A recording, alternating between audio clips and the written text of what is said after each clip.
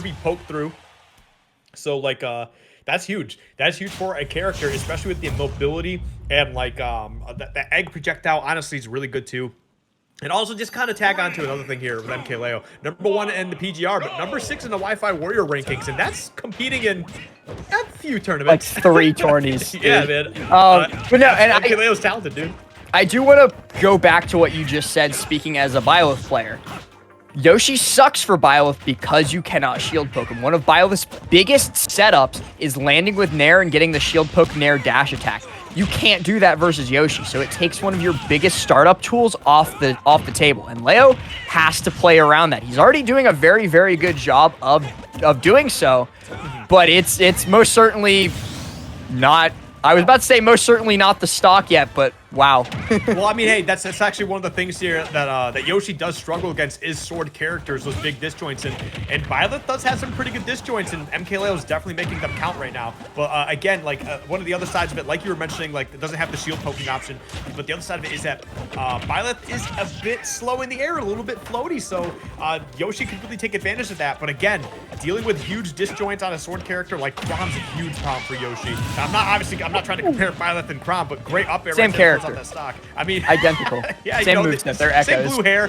When the icon pops up on the screen, I don't know who it is. But already off the bat, Leo building up percent building up percent with hit after hit on Myles here, making it very tough, and he's just about one big setup away from getting the kill here. But Myles coming back to stage with egg once more, and that's going to be one of the bigger problems. Leo's probably going to struggle to edge guard here, or at least ledge trap, because those eggs, Byleth doesn't really have a good way to deal with them other than just shielding. Up smash out of shield, though. Gonna take the stock. Yeah, really good stuff so far. MkLeo's been playing this fantastically. Myles is definitely struggling to get a little bit of something going here. Nice little combo, though. That put on, like, what, 40%? Oh, my God. Dribbling him like a basketball, man. Wow. Okay, let's go dash attack. Gonna put a little bit of damage on there, but we gotta keep in mind we got MkLeo for a little bit of range, but still good stuff to be able to close that out. Leo was looking for the Nair out of shield there to try and hold Myles, try and keep him honest, but instead he just kind of said, "I'm Yoshi, you're dead." I'm Yoshi. I'm Yoshi. That's what Yoshi sounds like. It's it sounds like Donkey. Little known fact that I was the voice actor for Yoshi. Like the way, because when you said I'm Yoshi, I just thought about Donkey. I don't know why. I don't know why I went with like a donkey voice there. It just kind of happened. Big Yoshi. Big Yoshi. Anyways, though, would you take a quick look at the percentages, Skip? Because wasn't Leo... Well, I was going to say, what percentage? I was about to say, wasn't Leo winning by quite a bit a second ago? Now, all of a sudden, Myles making this work. That up air was not quite going to take it, and that's going to give Myles a second chance at this. Leo's just going to turn around, short hop, back air, though, and that's going to finish off the stock. Yeah, good stuff from MkLeo. Just, you know, Leo doing some Leo things. Those big disjoints, obviously really, really, really hurtful for Yoshi. But, I mean, Myles is doing a great job, again, with Byleth being a little bit slow and as float as they are. A lot of big combos, really capitalized on that, but still struggle just a little too much. So find it interesting that Leo is constantly picking to small battlefield to start these games off, or start these sets off. I obviously wasn't here for the rest of his sets in this tournament, but I wonder what percentage of these he started off with small battlefield. I honestly wonder what the thought process is, because the platform layouts are fantastic for Byleth to get stuff like up smash reads on get-ups, and the blast zones are great for Byleth. But Byleth also struggles if they aren't able to create space. So constricting yourself to a much smaller stage can give Byleth quite a few problems. Leo, though, kind of the king of creating and controlling space. So it's seeming to not be too much of a problem for him. Yeah, no, I mean, it's like you said, man, like you nailed it on the head there. Leo's just really good, like you said, creating and controlling space. And like you can see how that carries over to other characters he plays as well. Like when we go to offline, you see that Joker, and man, imagine if Byleth had Joker movement. Oh, I would be on the PGR. I'm just saying. No, I wouldn't. I absolutely would not be. I'm gonna be real with you. In any case, though, we do have to point out the fact that, hey, Leo took game 1, but it was last stock, last hit. Myles was making that incredibly competitive. And given game 2, given counterpicker's advantage, it could certainly go his way and we could see a game 3. Right. Myles, I have to give a lot of credit to how Myles was playing off stage specifically. Leo would force Myles into an offstage position, and he would come back with so many different ways. Like, he would mix up his recovery with maybe an egg thrown into land with up air, or maybe a down air, something. And it was so very good.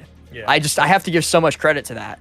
That's one of the things that, like, Yoshi players need to really kind of keep in mind. Like, if you're thinking about picking up Yoshi, one of the more important things to keep in mind with that character is not really the combos, not like, you know, your egg toss angles. It's when to use your double jump for recovery. Because a lot of Yoshis, if, you know, maybe they're not more experienced ones or people just picking up Yoshi, will use that double jump either, like, immediately as they go off stage. You know, it's a habit that some characters have, or using it way too early, man. You got to make sure you keep that in mind that Yoshi doesn't really have a great recovery, you know, move. It just has a great recovery jump, and it does have armor on it, but like, you got to make sure you use those in the right spots. But we're gonna be getting into this next game here. Gonna see if Myles can find a way to keep these combos, you know, nice and strong. I mean, he had some really great moments here, but again, it's just those big disjoints from Byleth is so disruptive. So I want to just quickly go back to what you said there. A lot of players and a lot of characters cause double jump out of hit stun habits. And I've actually been directly told by a friend of mine who is a much better player than me, I'm just going to say that, if you want to break a double jump habit, main Yoshi for a week. Yeah, you know, that's a very fair point. because you use that double jump out of a habit, and then, like, all of a sudden you're up in the air. You could be you know, exploited with aerials. You can be edge guarded easier, and because that is your main recovery option. There's just really nothing that Leo's been doing here has been different from game 1, and I think that's why Myles is in the lead, because Myles has made a lot of adaptations. We're already seeing it. He's being very, very careful in playing around Leo's shield, and I love it. I love it, love it, love it. Because if you see every single one of these interactions on stage where Myles is near Leo, he's having a lot more confidence in just holding shield. We saw him dropping shield too early too much during game 1 and still getting hit by the options that would have shield poked other characters. But here, he's having the confidence. He's having the... Oh my God! Was that a 0 to death? Yes, that was. And I think... unless MkLeo does MkLeo things, we're going to be seeing a game 3. Dude, the whole time that you were talking about the adaptations that Myles was making, he was showing us firsthand the adaptations, man. What a huge zero to death there. That was absolutely insane. Myles was like, Last is talking about my adaptations. Let me give some demonstrations to the people in chat just so they know what he's talking about. Oh my God, that was brutal. Okay, Parry, wow, great parry. Parry into F-tilt nair, F-tilt nair onto the platform. Great extension using the platform there by Myles, and he's just racking up this percent. He's dead. No, oh yeah. Okay. No, he's dead. Trust me, I know. I know sometimes Byleth has some really, really crazy tethers, so I wouldn't. It's really crazy vertically, but horizontally, there's like there's a weird visual rule for you to determine if Byleth is going to make it, and it's usually about one small battlefield or battlefield platform length. That's from about how far horizontally Byleth is going to make it. He vertically, he can do it from the blast zone. He'll be able to come back to the stage from the blast zone. But horizontally, if he gets about a platform length away, he's going to struggle. Mm-hmm. Yeah, but so, hey, either way, though, great stuff from Myles in that game, too. Insane. 3-stock. Yeah, that was quite the way to answer back. Just kind of let MkLeo say, hey, you know, it was a good game 1, but now you're going to try this game 2 on for size. You ain't got rid of me yet. What? Never mind. I'm not even... What? I'm just questioning. I'm questioning Leo's willingness to run it back, but it does look like they actually are changing stages. I thought for a second, because I didn't see Myles leave the arena, I thought for a second we would be running it back to small battlefield once again, but I was gonna be like, are you insane? I know you're MkLeo, but I wouldn't say it's a bad idea, but like after that game 2, don't. Yeah. Like, cause I mean, again, it's like MkLeo's talented enough to the point where I think that, you know, he could turn that around. But actually, this is probably a really good choice here. PS2, huge stage. Got a couple platforms and that gets some nice little setups. This is for both players as well. Honestly, it's just a really good neutral stage in general. He's dead. He doesn't have a jump. That's why you save your double jump. Well, he used his double jump to get back to stage after the first one. Yeah, I know, but that's why you got to be careful when you use it, though. That's what I'm saying.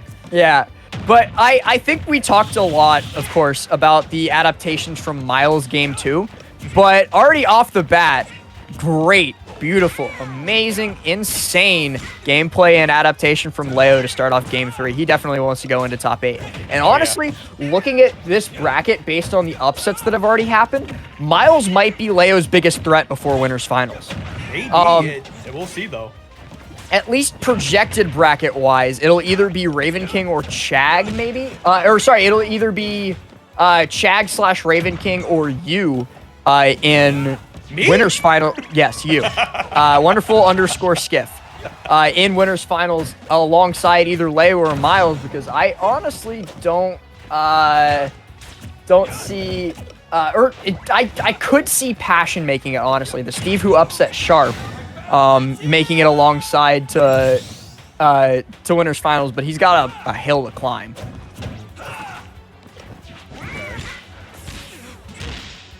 Oh, this is a nice little opening. Look at that, 55%, 66. Beautiful stuff so far. I mean, we just saw like they were at about like 110, but like one small opening was able to not necessarily even it up, but get some good percentage on there. This doesn't feel as bad anymore. Okay, good stuff. Gonna be looking for that side B. He might be dead. Oh, he still had the double jump. Never mind. Speaking of saving your double jump, Leo saved his double jump there and lit. I think that's gonna be like the motif of this set. Hey, save your double jump. So yeah, absolutely. Oh, that's huge. Oh, barely missing on the up air. That probably could have closed out the stock, especially at 112 and Yoshi now having full rage. If they had that before, but that's gonna be such a mistake. Myles looking for the down B. I think he was trying to read a roll behind from Leo, and he just got dash attacked, especially at that percent. That's going to just be the stock. Myles, though, very, very close to taking a stock of his own, so this could very much still be his game, but Leo being so pressuring, especially in the air, especially against the Yoshi without a jump. Yep. Okay, well, let's see if Myles can find a way to close the stock out, because, oh, dude, Leo had him down, dude. He's like a heat-seeking missile. Dude, this stock here, 82% completely unanswered. Myles hasn't touched him. Is just this is emblematic of how playing versus MkLeo feels. There are just these moments every once in a while where he just suddenly, like, Myles.exe has finished downloading and it's impossible. Okay, good egg throw there. I think you're right though, man. MkLeo's just really got this movement down. He's like threading the needle on dodging some of these moves. Oh wow, huge hitbox there. Yeah, that game 2 was nice, but man, Leo in game 3. Last stock, last hit game 1. A 3 stock in game 2, and then Leo said, "Okay, I'm done. I want to be in top 8." Right. Yeah, I don't know what else to add to that. That's just some good Smash Bros, man. Good stuff. No, he played that perfectly in just about every capacity. The only mistake that I saw from Leo was when he got caught on that roll during his first stock and just lost the stock for it. But hey, if you're only making one not game losing, but stock losing mistake during the course of that game, great job, dude. Yeah, no, really good stuff. Really good stuff. But yeah, it looks like that's going to be the set there. We're going to see MkLeo moving on to winner's side.